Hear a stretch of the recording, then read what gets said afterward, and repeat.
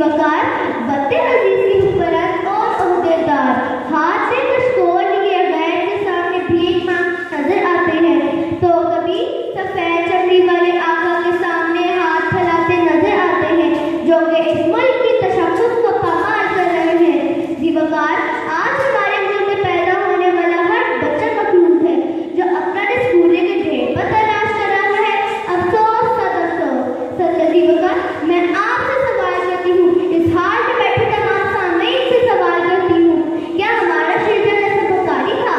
क्या हमारे मौला भीख मांगते थे? क्या अल्लामा इक़बाल जानशीन ने ऐसा मुल्क चाहा था? नहीं जनाब वाला नहीं, मैं दावे से कहती हूँ ये मिट्टी बड़ी सरखेज है। हमारे इस्लाम ने मिट्टी को सरखेज रखने के लिए जान और माल की कुर्बानी दी। इस सरखेज मिट्टी से ही मुसलमान पैदा हुआ, क्योंकि हर मुसलमान का बच्चा फितरत इस्लाम पर पैदा हुआ और मज़हब इस्लाम हुर्रियत, आज़ादी और अमन मोहब्बत का पैगाम देता है। जी वकार दरअसल माहौल दस्ता है जो बच्चे को मखसूस शक्ल में ढालकर मुआशरे के सुपुर्द करता है। बादशाह कौमें नस्लों को शरीफाना और आज़ादाना माहौल मुहैया करती है।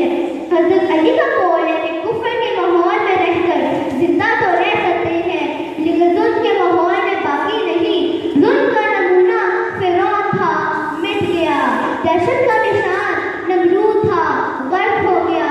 जहालत का दाई अबू जहल था, किस्सा मदीना बन गया।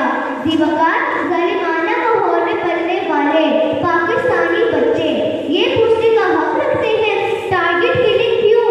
मुझसे बेबस क्यों? शहराएं धुएं से आलूदा क्यों? इसलिए नम की जरूरत है। जी वकार वालिद